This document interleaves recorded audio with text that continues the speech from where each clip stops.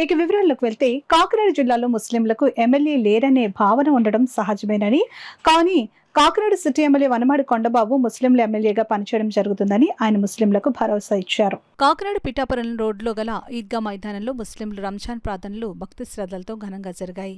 సోమవారం ఉదయం 8 గంటలకు ముస్లింలు ఈద్ నమాజ్ నిర్వహించారు. ఈద్ ప్రార్థనలు కాకినాడ మెయిన్ రోడ్లో గల జామియా మసీద్ ఇమాం అబ్దుల్ రజాక్ రిజ్వీ ఈద్ నమాజ్ నిర్వహించారు.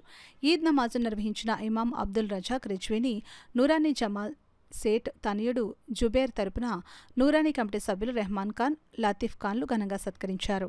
కాకినాడ సిటీ ఎమ్మెల్యే వనమాడి కొండబాబు ఈద్గా మైదానంకు చేరుకుని ముస్లింలను కలిసి ఈద్ శుభాకాంక్షలు తెలిపారు. ఇమాం అబ్దుల్ రజాక్ రిజ్వీని సిటీ ఎమ్మెల్యే వనమాడి కొండబాబు సత్కరించారు. కేంద్రం తీసుకుని వస్తున్న నాయుడు దృష్టికి వెళ్లాలని ఇమాం అబ్దుల్ రజాక్ రిజ్వీ కోరారు. కేంద్రం తీసుకుని వస్తున్న వక్ఫ్ బోర్డు సవరణ చట్టంను కాకినాడ ముస్లింలందరూ వ్యతిరేకిస్తున్నట్లు రాష్ట్ర ముఖ్యమంత్రి నారా చంద్రబాబు నాయుడు దృష్టికి తీసుకుని వెళ్లాలని ఇమాం అబ్దుల్ రజాక్ రిజ్వీ కోరారు.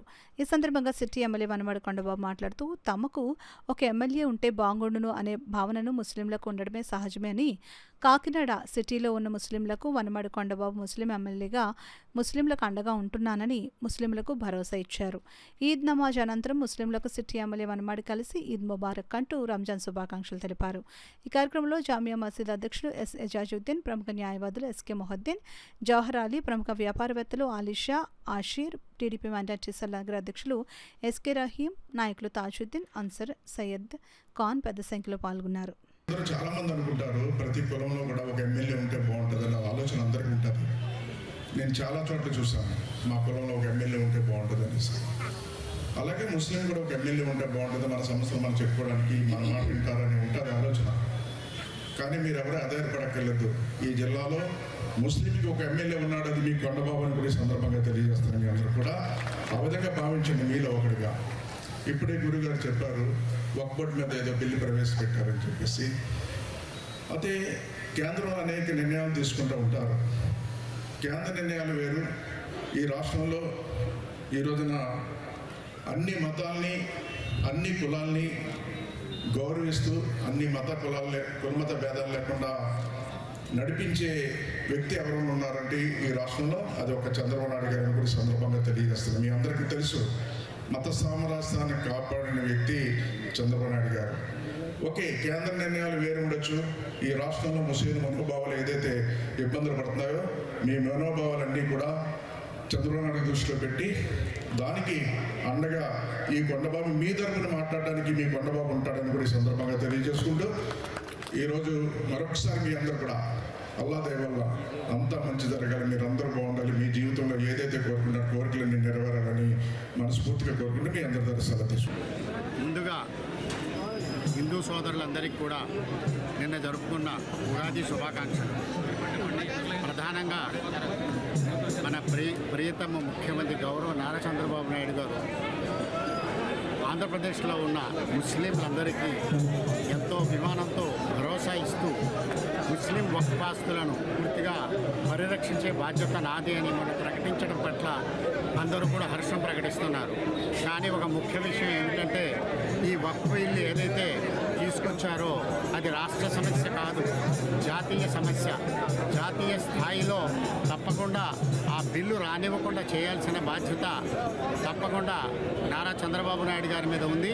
దీనివల్ల యావత్ భారతదేశ ముస్లిం సమాజం అంతా కూడా వారి కోసం ఎదురు చూస్తుంది.